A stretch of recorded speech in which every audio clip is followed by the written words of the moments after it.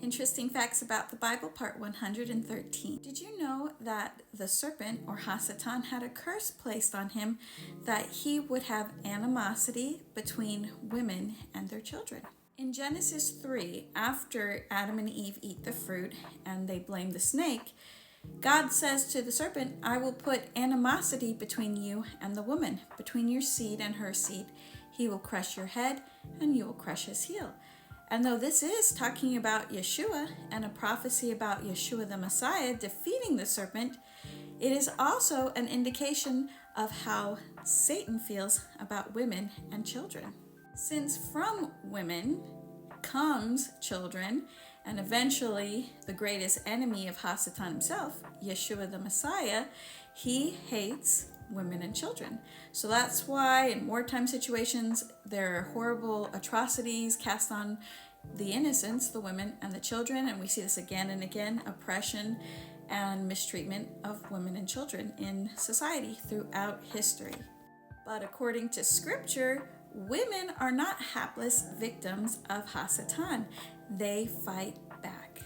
In Exodus 1, we see the beginning of the story of Moses, where the king of Egypt spoke to the Hebrew midwives, Shiphrah and Puah, and said, when you help the Hebrew women during childbirth, look at the sex. If it's a son, kill him, but if it's a daughter, she may live. But the midwives fought back. They feared God, so they did not do as the king of Egypt commanded them, but let the boys live. So then the king of Egypt summoned them and said, why have you done this? Let the boys live. And they said, because Hebrew women aren't like Egyptian women, and they give birth really, really fast before they can get there. And then Pharaoh tells his people to cast every son that is born into the river, but let every daughter live. Again, we see the women fight back. This is the mother of Moshe. She gave birth to a son. She hid him for 3 months, but when she could no longer hide him, she took a basket, coated it with tar, and put him into the Nile.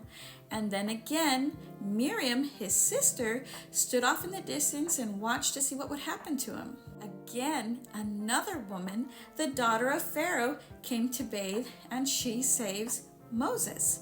So we see again and again women having a hand in saving this child, who then becomes the deliverer. So we see, though, even after this, time and time again, the children and the women are attacked, they are unalived, and they are victims of the serpent. But we see this come to full circle where Miriam, or Mary, is pregnant with the Messiah, Yeshua. And an angel comes to Joseph and warns them to actually flee to Egypt so that they can have protection from King Herod, who is once again killing all of the firstborn males. Mary has to fight through being an outcast, almost being divorced by her husband, and doing the Lord's will to have this child. And of course, this child grows up to be Mashiach, who indeed crushes the head of that serpent and takes back all authority.